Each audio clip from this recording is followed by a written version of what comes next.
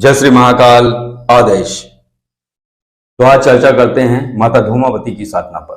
तो माता धूमावती की साधना गृहस्थ व्यक्ति या साधारण साधक नहीं कर सकता है, ये नहीं कहूंगा मैं, बिल्कुल कर सकता है, लेकिन उसके पहले उसे अपनी पात्रता बढ़ानी होगी। और पात्रता कैसे बढ़े? पात्रता बढ़ाने के भी कई उपाय होते हैं, कई साधनाएं होती हैं, कई विधान होते हैं, कई प्रक्रियाएं होती हैं। इन प्रक्रियाओं को करने के बाद आप उतनी पात्रता अर्जित कर सकते हैं कि आप धूमावती मां की साधना कर सको। तो आज इसी विषय पर चर्चा करते हैं। और क्या हुआ, एक बात है जो कि मैं बताने वाला हूं। एक साधक थे, वो बंगाल होके आए थे, हिमालय तक चले गए हैं, वहां रुक के वो चतुर्मास की प्रक्रिया भी कर चुके हैं और कई धार्मिक स्थलों पे रहे हैं, कई साधु संतों के साथ रहे हैं, उन्होंने कई साधनाएं भी करी हैं।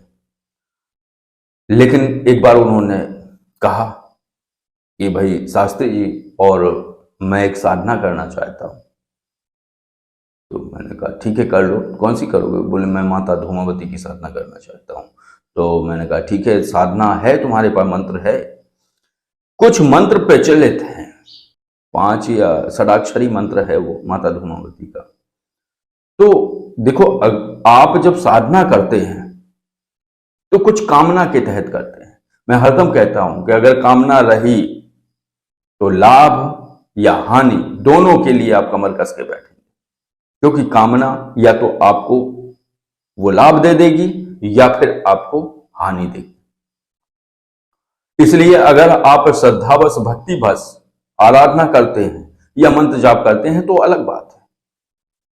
तो मैंने उनको वही कहा कि भाई आप देख लीजिए, आप करना चाहते हैं तो भले कर लीजिए। हालांकि वो विवाहित हैं, गृहस्थ व्यक्ति हैं, लेकिन उनका अपना अलग सिस्टम है। तो इस तरीके से उन्होंने वो साधना करना आरंभ कर दी। साधना आरंभ कर दी तो क्या हुआ कि साधना जैसे शुरू करें स्वप्न दोष हो जाए। 4, 5, 6 दिन साधना चले और स्वप्न दोष हो जाए। स्वप्न दोष के 2 कारण होते हैं, या तो आप पात्र नहीं हो, ठीक, और या फिर आपके अंदर अभी आध्यात्मिक ऊर्जा लेवल बिल्कुल कम है। यानी जिस साधना में आपको बार बार स्वप्न दोष हो तो आप समझ जाइए कि अभी आपके अंदर पात्रता घटित नहीं हुई है। उसके लिए आपको कुछ प्रक्रियाएं करनी होती हैं। तो उन्होंने कहा कि भाई क्या किया जाए। उन्होंने 4 बार साधना शुरू की, चारों बार खंडित हुई वो साधना उनकी। तो उन्होंने कहा कि भाई अब क्या किया जाए। तो मैंने कहा उनसे कि तुम करो। फिर उनके लिए एक साधना निकाली गई, धूमावती योगिनी साधना। धूमावती योगिनी जो है वो माता धूमावती की सहचरी, मुख्य सेविका, और उनके सारे कार्य, जो साधक प्रार्थना लगाता है तो साधक की कार्य धूमावती योगिनी करती है। तो उन्होंने वो साधना करी। साधना करी तब भी 2 बार साधना खंडित हुई। इतने ऊंचे व्यक्ति का मतलब ये नहीं है कि लंबे। ऊंचे व्यक्ति का मतलब है कि आंतरिक रूप से और बाह्य रूप से बौद्धिकता होते हुए वो ऐसी ऐसी जगह जाके घूमकर साधनाएं करने वाले, धार्मिक स्थलों पर कई साधु संतों के साथ मिलकर और कई ऐसी जगह जाकर भी साधना करने के बाद भी वो ये साधना नहीं कर पा रहे थे। लेकिन फिर कुछ ऐसी प्रक्रियाएं निकाली कि ये साधना वो कर पाए। ये साधना मंत्र वही है लेकिन विधान बदल गए हैं। ये साधना एक न्यूनतम राशि ग्रुप था, उस ग्रुप में ये साधना कराई गई थी। देखिए उसका विधान बहुत सौम्य था और इसके जो लाभ हैं धूमावती योगिनी साधना की वो बहुत अलग है। इस साधना को करने के बाद साधक माता धूमावती की कृपा का पात्र बन जाता है और आगामी जीवन में अगर वो 10 महाविद्या की साधना करना चाहता है तो उसमें परिपक्वता आती है, पात्रता प्रकट होती है और उसका ओरा मजबूत हो जाता है। साथ में और भी जो तांत्रोक्त विषय हैं उसमें वो पारंगत हो जाता है। तो धूमावती साधना करने के बाद साधक निश्चित रूप से तांत्रोक्त क्षेत्र में आगे बढ़ सकता है और षड कर्मों से अपना बचाव कर सकता है और षड कर्मों से किसी का भी बचाव कर सकता है। इसके बाद ये भी होता है कि अगर उसकी पात्रता, उसका जुड़ाव, उसका समर्पण उच्च कोटि का है तो धूमावती जो योगिनी है वो अप्रत्यक्ष रूप से उसका मार्गदर्शन करना शुरू कर देती है और इसके बाद अगर वो, क्योंकि बात यह है ना कि अगर आप एक ही शक्ति से जुड़े रहे तो धीरे धीरे वो शक्ति, धीरे धीरे का मतलब है 8 से 10 और 15 वर्ष लग सकते हैं। इसके बाद प्रत्यक्षीकरण शुरू हो जाता है और प्रत्यक्षीकरण के बाद आप उनसे सीधी सी चर्चा कर सकते हैं, वार्ता कर सकते हैं। लेकिन ये सुनिश्चित नहीं होता है भाई, आदमी की क्षमताएं हैं। जैसे कोई एक धावक है, वो 40 किलोमीटर प्रति घंटा की चाल से दौड़ लेते हैं, गिनीज बुक में उनका नाम है, नोबेल पुरस्कार विजेता है, तो वो 40 किलोमीटर प्रति घंटे की चाल से दौड़ सकते हैं। लेकिन इसका मतलब ये नहीं है कि हर मनुष्य उस चाल से दौड़ सके। हर व्यक्ति में अलग अलग क्षमताएं हैं। विवेकानंद के पास जो क्षमताएं हैं तो वो भी मनुष्य ही थे।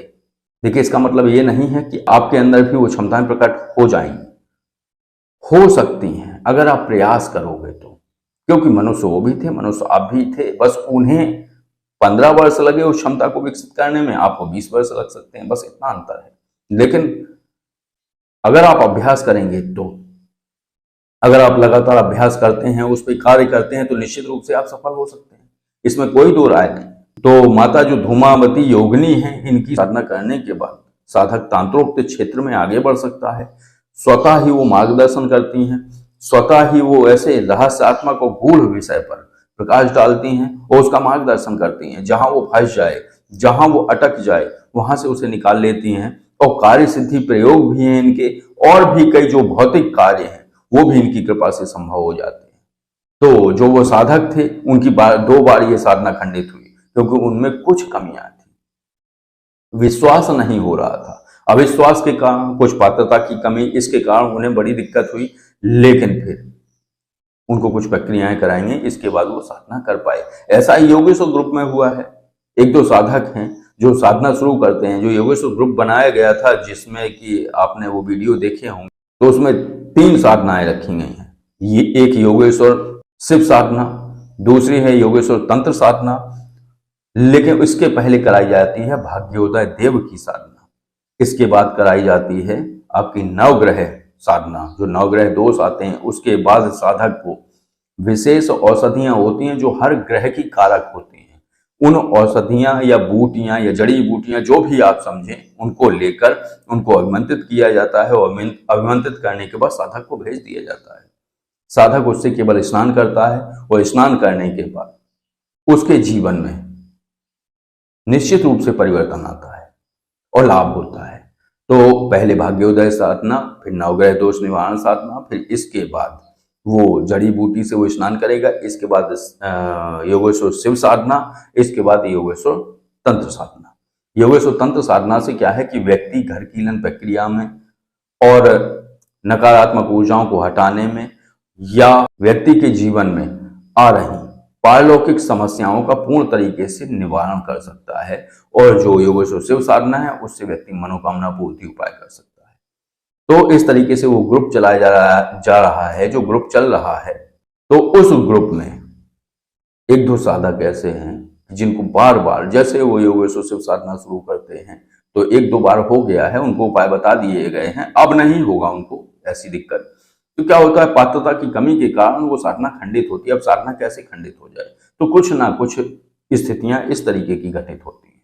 हाँ, जो खुद ही ब्रह्मचर्य तोड़ दे तो वो तो निरर्थक व्यक्ति ही है, वो साधनाएं करे ही ना तो ज्यादा अच्छा है। लेकिन सुषुप्त अवस्था में ये स्थितियां हो जाना, व्यक्ति खान पान पे नियंत्रण रखे हुए है, खान पान सही रखे हुए, फिर भी स्वप्न दोष हो जाना, ये अलग बात है। ये पारलौकिक विषय है, ये पारलौकिक समस्या है। तो इसका निदान होता है और ये एक तरीके से इशारा है कि अभी आप में पात्रता नहीं है, पहले पात्रता प्रकट करिए। तो उनको दोबारा से जाप कराया जाता है, वो प्रक्रियाएं कराई जाती हैं। तो उन्होंने फिर धूमावती योगिनी साधना संपन्न की, उससे वो बहुत अच्छी तरीके से कार्य ले रहे हैं। प्रार्थनाओं द्वारा वो प्रार्थना लगाते हैं और कार्य हो जाता है। तो बस आज की चर्चा को विराम देते हैं। आदेश। जय श्री महाकाल।